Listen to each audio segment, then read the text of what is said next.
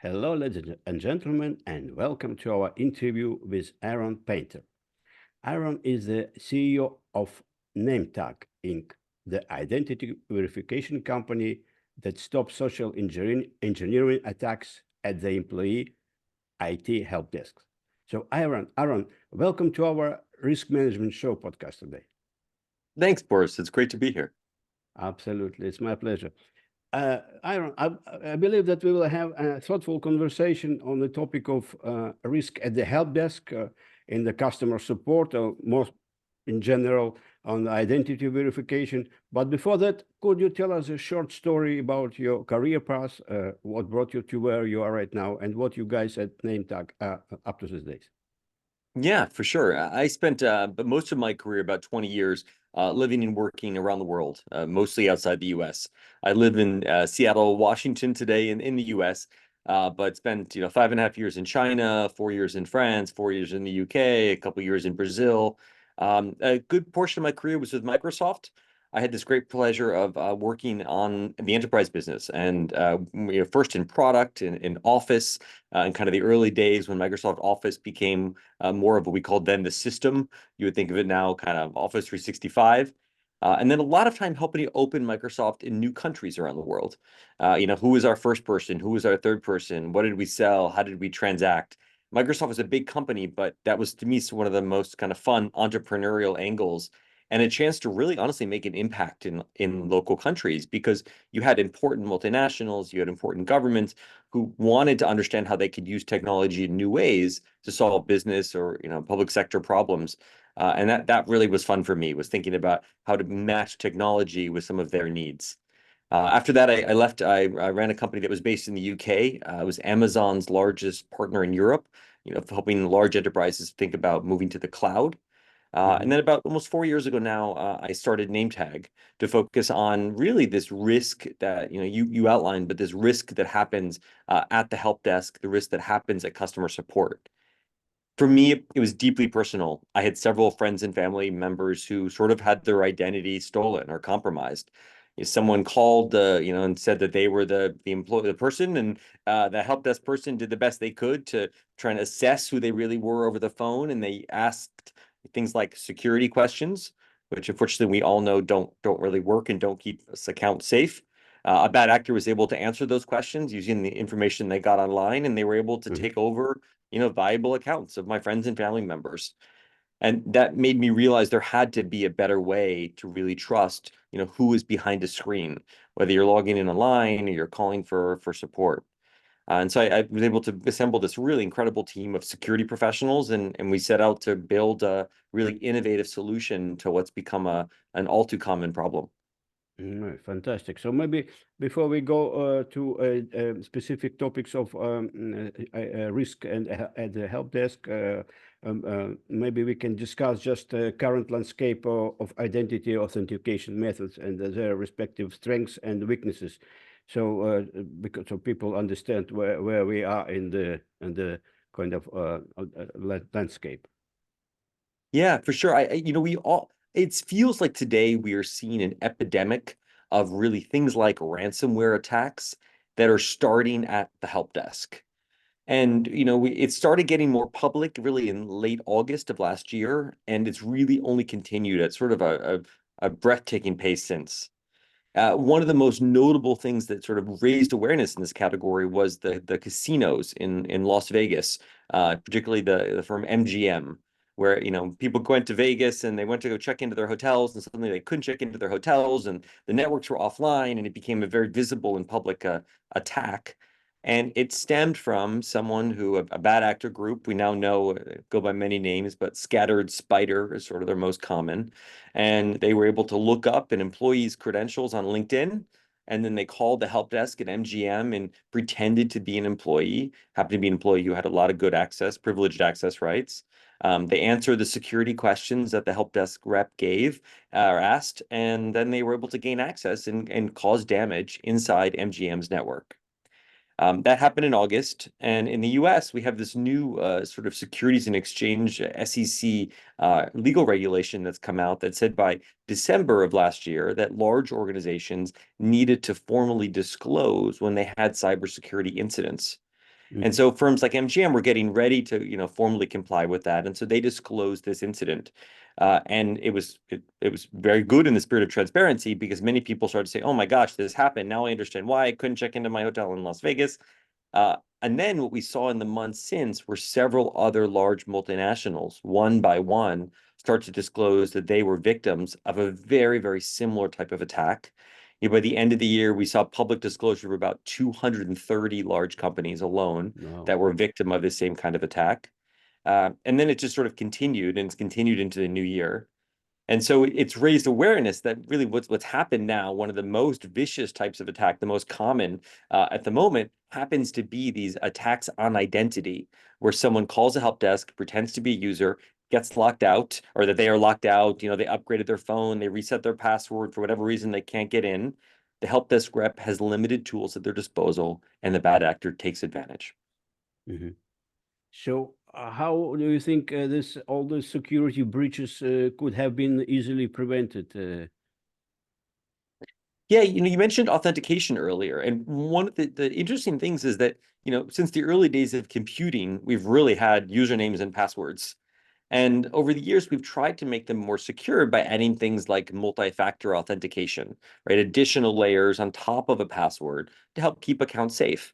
Okay, you're going to get a PIN code sent to you via SMS, probably not the most secure way to do it for other reasons. Maybe you're going to use an authenticator app and you're going to type in kind of a revolving code. Those things are secure ways to authenticate a person or to log in, but actually, you're really just authenticating a device.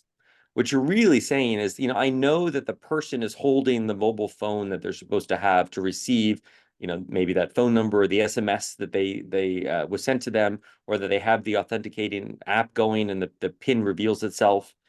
Unfortunately, it doesn't tell you who the human is behind the screen. It just tells you that they're holding the device you expected.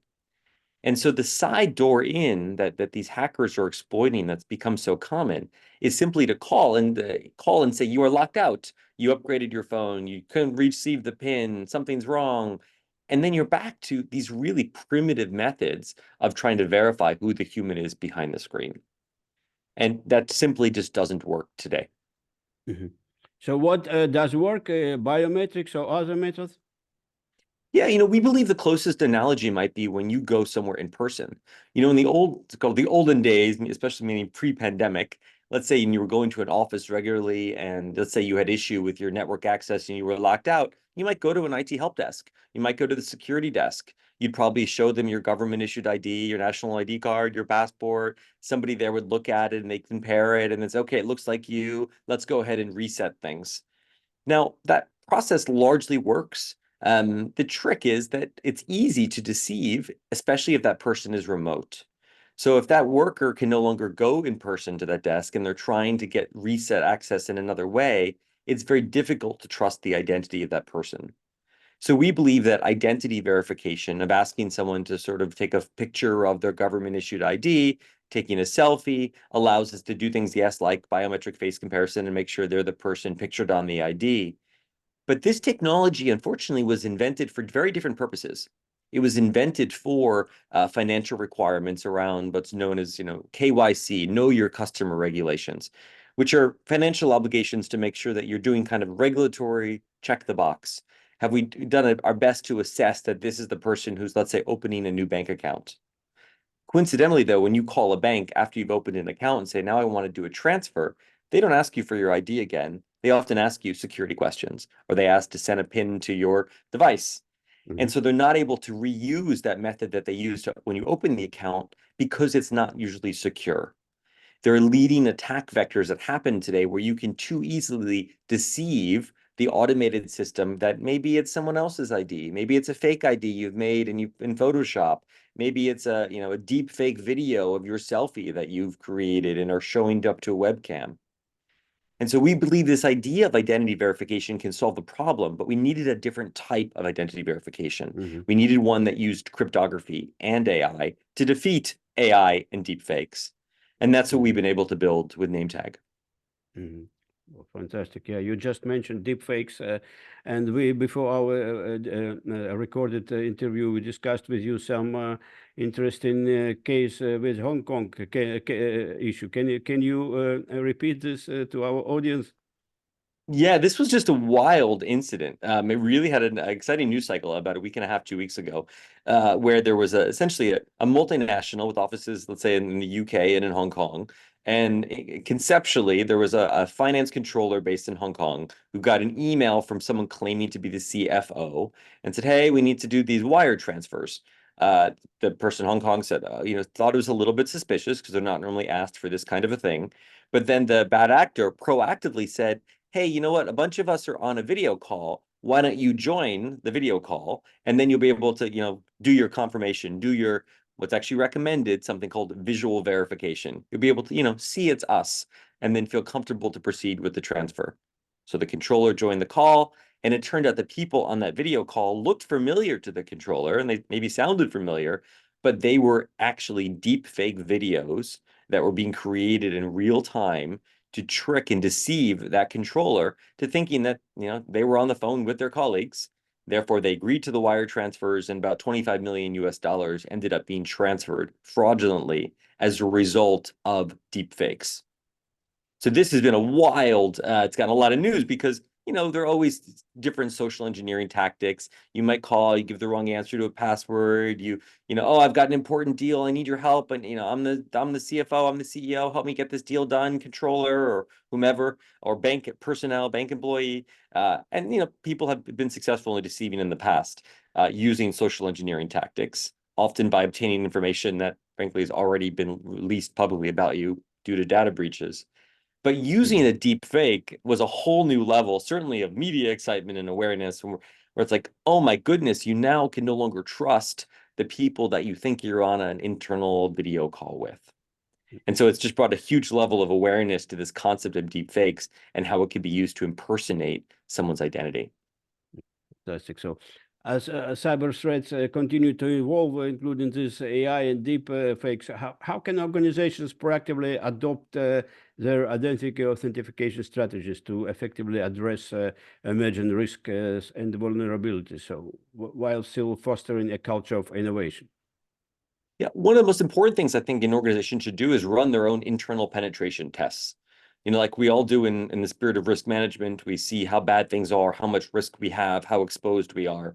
And one of the best ways to do that might be to revisit your own internal controls and processes, or frankly, even try it. Call your employee help desk and pretend to be locked out and see what they do. See how hard it is to sort of get back in or to get your MFA or your password reset. Or similarly in the spirit of transaction authorization, what are the controls that might exist for your finance organization, and are they sufficient to help us prevent something like what happened in Hong Kong? We spend all our days on this, and so our website getnametag.com, we have a lot of educational information. We do regular videos and sharing kind of news and what's happening and learnings from it. So hopefully that can also be a resource as you're trying to think about how to decrease your level of risk at the help desk. Mhm. So, if we, for example, if we take a life of a risk manager, what is the one thing that they should start to prioritize right now that they are not doing currently, from your point of view? I would prioritize first doing an assessment, and then I would prioritize solutions. And the solutions need to be giving your employees better tools to verify each other. Typically, that happens again at the help desk in an IT context. It might also happen in HR. It might happen in your finance organization.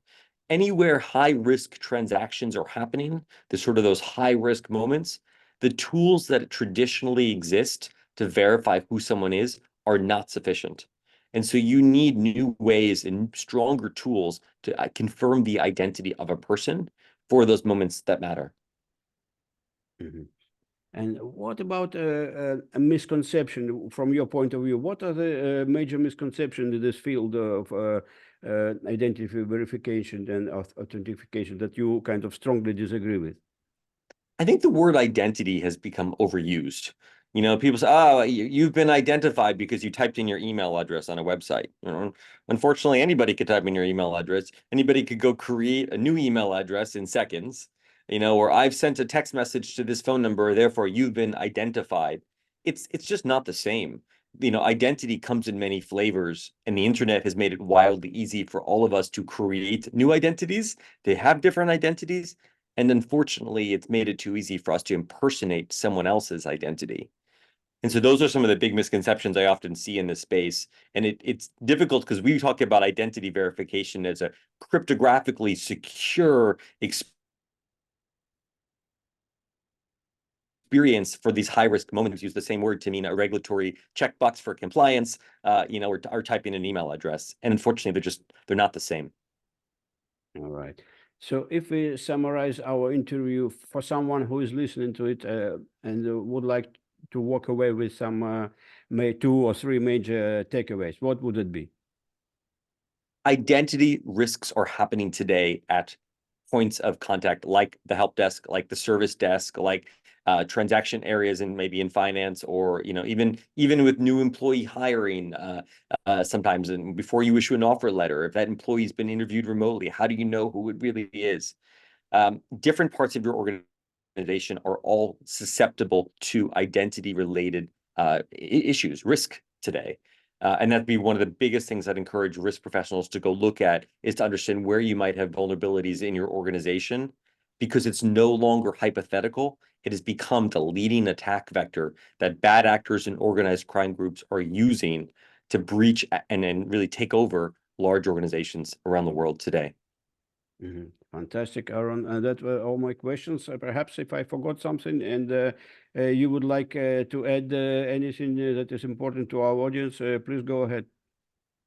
I really appreciate the chance to come speak with your group. And no matter what you might be doing today when you're listening to this podcast, hopefully it's been educational. And for those that are interested, again, we have great content on our website, getnametag.com, and on LinkedIn. We're constantly publishing articles and explainers on the relevant types of attacks and what's happening in the industry. The more that all of us know as risk professionals, I think the better steps we can take to keep our organizations protected. So please engage, and I certainly love your feedback. Fantastic. Thank you again, Aaron. And hopefully we will speak maybe in a few months to chat, to touch another topic of your interesting work, what you do. I would look forward to that. Absolutely. Thank you.